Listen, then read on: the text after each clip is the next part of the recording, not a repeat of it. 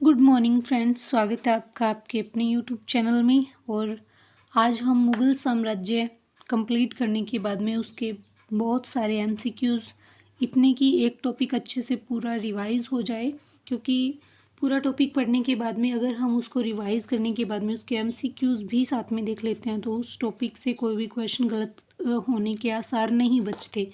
क्योंकि एमसीक्यूज़ उतने ही ज़रूरी होते हैं हमारी जितना हमारे लिए टॉपिक और कंसेप्ट ज़रूरी होता है। क्योंकि एमसीक्यूज़ करने पे हमें ये पता चलता है कि कितना टॉपिक में हमने अपने माइंड में बिठाया है। क्योंकि टॉपिक तो हम रीडिंग करते हैं उस टाइम आधा दिमाग में बिठा पाते हैं और आधा भूल जाते हैं, लेकिन एमसीक्यूज़ के जरिए हमें पूरा का पूरा दोबारा से लर्न हो जाता है।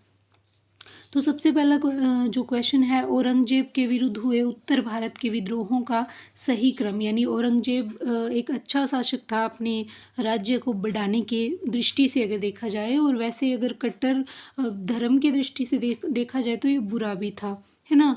तो इसने बहुत सारे विद्रोह किए और इसने जाट, बुंदेला, सतनामी, सिख, मतलब सिखों के तो गुरुओं को इसने सजा भी बहुत दी थी, और हिंदुओं को मुस्लिम बनाने की रीति भी इसने अपनाई थी।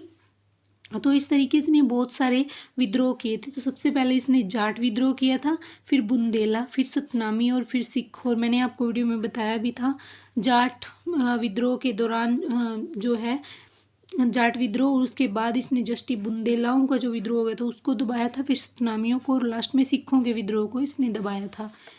किस जाट नेता ने बादशाह अकबर के मकबरे सिकंदरा के अंदर बादशाह अकबर का मकबरा था, है ना, है अब भी, को हानि पहुंचाई था? अकबर की कब्र को खोदकर उसकी हड्डियों को जला दिया। यानी अकबर वैसे तो हिंदुओं के लिए अच्छा शासक था, है ना, और लेकिन फिर भी क्या है, कई जो हिंदू है वो मुग़ल साम्राज्य को अच्छा नहीं मानते। तो जो राजा राम जाट था, ये जाट था, ठीक है, जो राजा राम जाट था ना, इसने बादशाह अकबर के मकबरे को खोदा और उसमें से हड्डियाँ निकाल कर उसको जला दिया। साकी मुस्तईद खां की रचना मासिर ए आलमगीरी किसने इसे मुग़ल राज्य का गजेटियर कहा? किसने कहा था मुग़ल राज्य का गजेटियर? जादूनाथ सरकार ने इसको मासिर ए आलमगीरी को, और ये किसकी रचना है? मुस्तईद खां की रचना है मासिर ए आलमगीरी, और इसको मुग़ल राज्य का गजेटियर कहा जाता है। और किसने कहा? ये जादूनाथ सरकार ने इसको मुग़ल राज्य का गजेटियर कहा था। जिस प्रकार स्पेन के फोड़े ने नेपोलियन को बर्बाद किया था, उसी प्रकार दक्कन के फोड़े ने औरंगजेब को बर्बाद किया। यह उक्ति किस इतिहासकार की है? तो ये जादूनाथ सरकार की। और ये जादूनाथ सरकार एक बंदा है, कोई सरकार नहीं है पूरी, मतलब इसके नाम से ऐसा लगता है कि पूरी सरकार है, सरकार नहीं है, ये किसी आदमी का नाम है, इतिहासकार का नाम है। और जो नेपोलियन था, आपको पता है, तो नेपोलियन सब जानते हैं नेपोलियन कौन था, ठीक है। तो उस नेपोलियन को स्पेन के फोड़े ने, वो स्पेन को जीतना चाहता था, स्पेन को अपने राज्य में मिलाना चाहता था।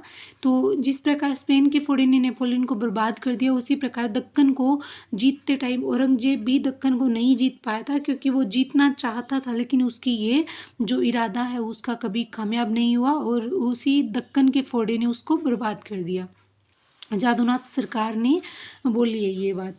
किस मुग़ल बादशाह को उसकी प्रजा शाही वेश में एक दरवेश फ़कीर कहती थी? औरंगजेब को। क्यों? क्योंकि औरंगजेब वैसे तो राजा था लेकिन उसको अपनी प्रजा की किसी प्रकार की कोई फिक्र नहीं थी, इसीलिए शाही वेश में एक दरवेश या फ़कीर कहते हैं औरंगजेब को।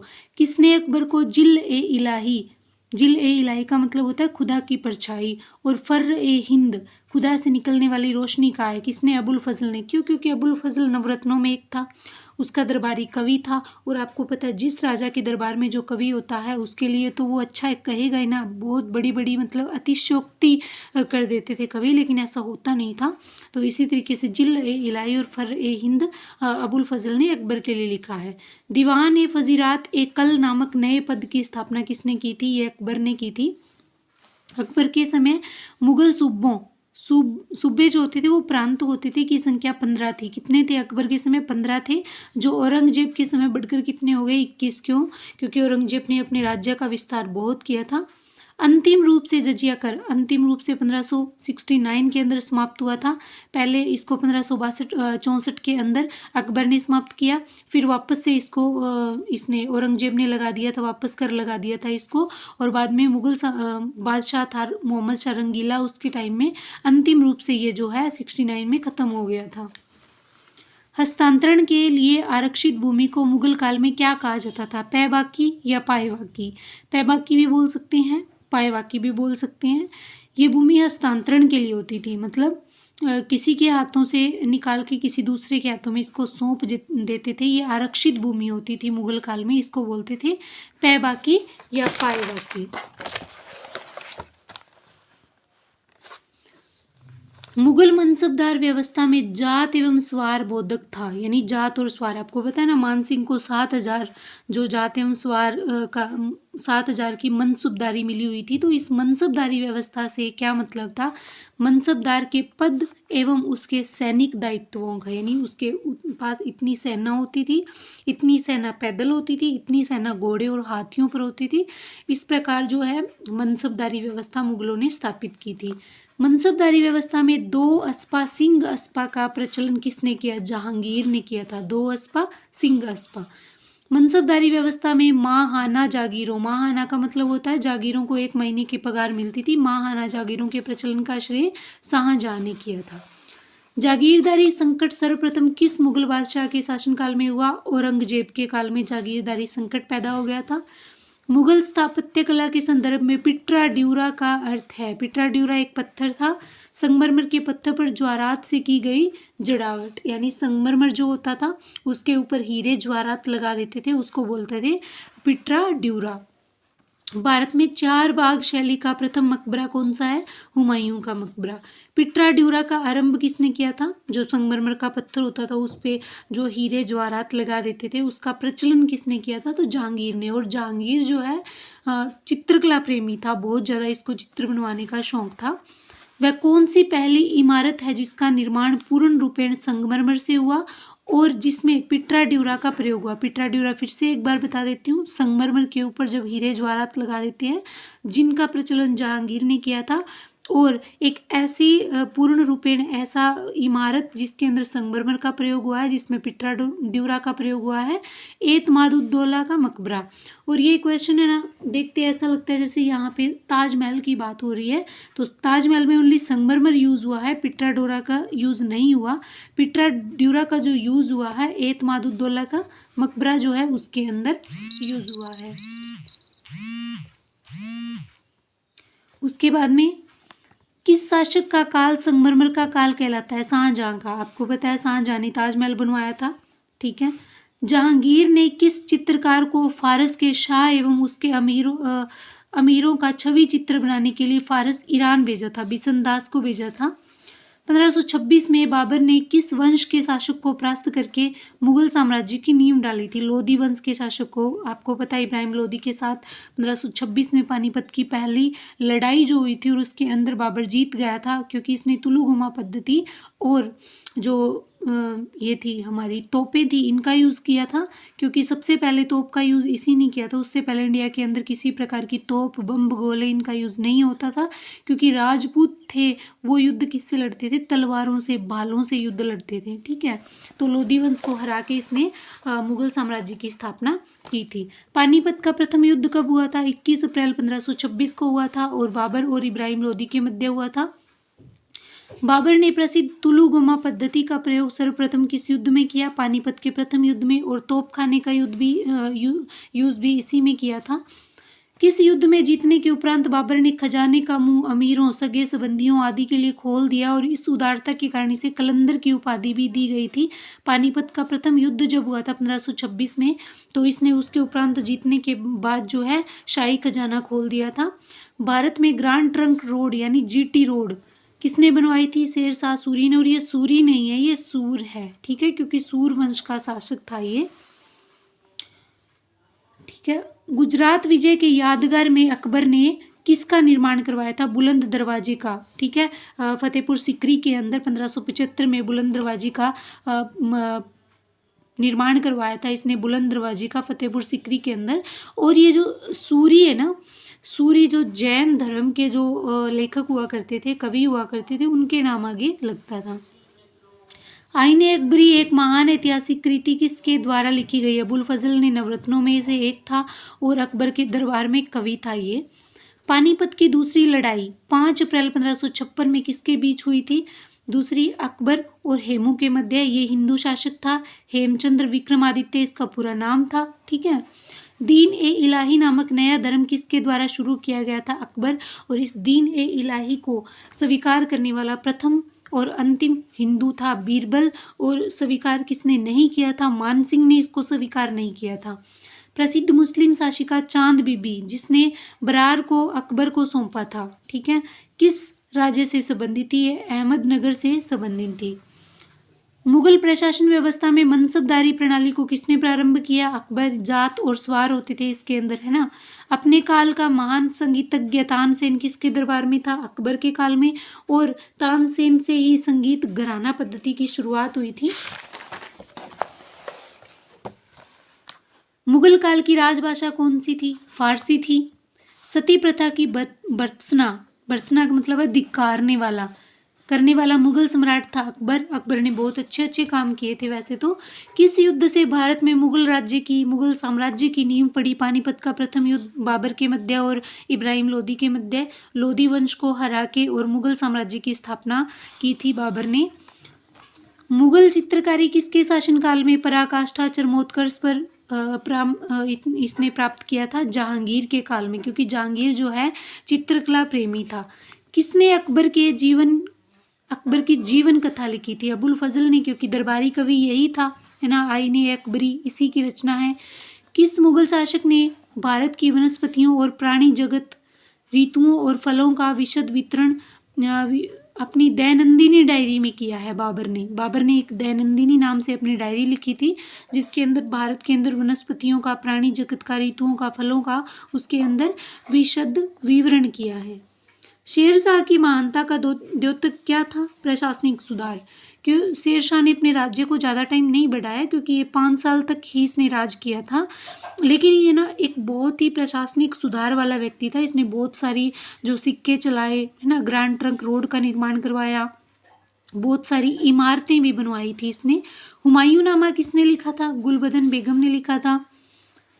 अकबर के शासन में महाभारत का फारसी भाषा में अनुवाद किया गया। वह किस नाम से जाना जाता था? रजमनामा के नाम से। किस मुगल सम्राट ने सैयद भाइयों को गिराया था? मोहम्मद शाह ने सैयद भाइयों को गिरा दिया था, मतलब हरा दिया था। कौन अंतिम मुगल सम्राट थे? बहादुर शाह सेकंड। और ये बहादुर शाह द्वितीय जो है 1857 की क्रांति में जो हिंदू विरोधी थे, मतलब हिंदू क्रांतिकारी थे, उनका इन्होंने नेतृत्व किया था। अकबर के शासनकाल में भू राजस्व सुधारों के लिए कौन था? टोडरमल नवरत्नों में से एक था अकबर का, और ये भू राजस्व सुधार का काम देखा करता था। अकबर द्वारा बनवाए गए उपासना भवन, जहाँ पे पूजा की जाती है, पूजा गृह का क्या नाम था? इबादतनामा। यहाँ पे जहाँ पे अल्लाह की इबादत की जाती हो, भगवान की इबादत की जाती हो, इबादतनामा के नाम से जाना जाता था। सुप्रसिद्ध संगीतज्ञ तानसेन और बेजू बावरा किसके शासनकाल में सुविख्यात थे? अकबर के काल में। ये नाम याद रखना, क्योंकि तानसेन को तो हर कोई जानता है कि नवरत्नों में से एक था ये। रामचरितमानस के लेखक तुलसीदास, और ये तुलसीदास है ना, इन्होंने अवधी में लिखी थी रामचरितमानस, और ये बहुत ही फेमस ग्रंथ है। अवधी भाषा का बहुत ही प्रसिद्ध ग्रंथ अगर माना जाता है तो रामचरितमानस। और दूसरा ग्रंथ पूछ लिया जाए कि अवधी भाषा का दूसरा फेमस ग्रंथ जो है वो पद्मावत है, ये अवधी में लिखे गए हैं। तो ये लेखक तुलसीदास हैं, ये अकबर के काल में थे। किस युद्ध में बाबर ने जिहाद, धर्म युद्ध का नारा दिया था और तमगा नामक कर को समाप्त कर दिया था? युद्ध जीतने के उपरांत में गाजी, धर्म योद्धा की उपाधि धारण की थी। खानवा का युद्ध, और ये खानवा का युद्ध जो है 17 मार्च 1527 को हुआ था राणा सांगा के साथ। राणा सांगा ने इस युद्ध में पाती पेरवण यानी सभी जो है राजपूत थे उनको एक छतरी के नीचे इकट्ठा किया था, और ये पहला युद्ध था जिसमें राजपूत जो है एकजुट होकर लड़े थे। और इसके अंदर जो है इससे पहले जो बयाना का युद्ध हुआ था उसमें बगा के सांगा की सेना ने बाबर की सेना को मारा था। तो बाबर की सेना बहुत डर गई थी कि सांगा के सामने हम नहीं जाएंगे। तो बाबर ने जब रिक्वेस्ट की अपनी सेना के दोबारा से क्या है जो खानवा का युद्ध है वो लड़ना है। तो बाबर की सेना ने साफ मना कर दिया। तो बाबर ने बहुत सारी कस्में भी खाई। तो सेना ने ये कहा कि कितनी भी कस्में खा लो हम नहीं मानेंगे। बाबर ने फिर ये कहा कि मैं शराब छोड़ दूंगा। तो सेना ने ये बोला शराब चाहे कितनी भी पियो, दिन रात पियो, हमें फिर भी युद्ध नहीं लड़ना। और बाद में जो है बहुत सारी चीज़ें, बहुत सारा जो सोना चांदी देने का उनको बहुत रिक्वेस्ट की। तो उन्होंने बोल दिया कि सोना क्या करेगा अगर हम मरी जाएंगे तो बहुत सारी रिक्वेस्ट के बाद जब सेना नहीं मानी तो लास्ट में उन्होंने कुरान की कसम दे दी सैनिकों को। तो सैनिकों को मानना पड़ा। ठीक है। और इसी युद्ध में फिर क्या है सांगा जो है हार जाते हैं और बाबर जीत जाता है, क्योंकि इसके पास जो है तुलुगुमा पद्धति का ये बहुत बड़ा जो है योद्धा था। और दूसरा इसके बाद तोप खाने का इसने यूज़ कर दिया था। और राजपूत सिर्फ तलवारों से युद्ध लड़ा था राजपूतों ने।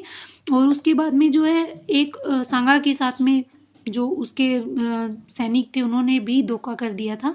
इस वजह से सांगा जो है युद्ध हार गया। मुबैयान नामक पद्य शैली जिससे कविताएं लिखी जाती है, जो गायन शैली होती है जिसको गा सकते हो, पद्य शैली के जन्मदाता बाबर ने अपनी आत्मकथा तुजुक ए बाबरी किस भाषा में लिखी? तुर्की के अंदर लिखी थी। ठीक है। यानी बाबर, इसके अंदर दो बातें बताई गई है कि तुजुक ए बाबरी जो है तुर्की भाषा में लिखी गई है और मुबैयान जो नामक ग्रंथ है पद्य शैली में लिखा हुआ है, उसका जन्मदाता भी कौन है? बाबर ही है। बाबर मूल रूप से कहाँ का शासक था? फरगना का शासक था, आपको पता है। उसके बाद में 1526 में आया ये। पहले इसने यूसुफ जाइयों का विद्रोह किया था 1519 के अंदर, लेकिन वो जो सिर्फ यूसुफ जाइयों को भगाने के लिए था, किसी प्रकार का कोई शासन स्थापित करने के लिए नहीं था। लेकिन 1526 के अंदर जो है पूरा ये प्लान बना के आया था कि मुझे लोधी वंश को हराकर भारत के अंदर अपना शासन स्थापित करना है। तो उसके बाद में 1526 में ये लड़ता है और ये जो शासक था ये फरगना का शासक था। तो ये थे हमारे 50 क्वेश्चन और बहुत ही अच्छे से ये वो क्वेश्चन है जो पहले एग्जाम्स के अंदर बन चुके हैं, क्योंकि जब वेटेज कम होता है तो हमें वही क्वेश्चन तैयार करनी चाहिए जो पहले बन चुके हैं, क्योंकि अगर जितना वेटेज है हमने 100% को कभी टारगेट नहीं करना। हम 90% अगर पढ़ लेते हैं उसमें से 5 क्वेश्चन आएंगे, जिसमें से अगर 2 या 3 भी हम सही करते हैं तो हम बहुत अच्छी स्थिति में आ जाते हैं। तो ये पहले के सारे क्वेश्चन है जो मैंने इसके अंदर शामिल किया है। कुछ क्वेश्चन और भी है जो नेक्स्ट वीडियो के अंदर आपको मिलेंगे। तो चैनल को सब्सक्राइब करें और वीडियो को लाइक करें। Thank you. जय हिंद।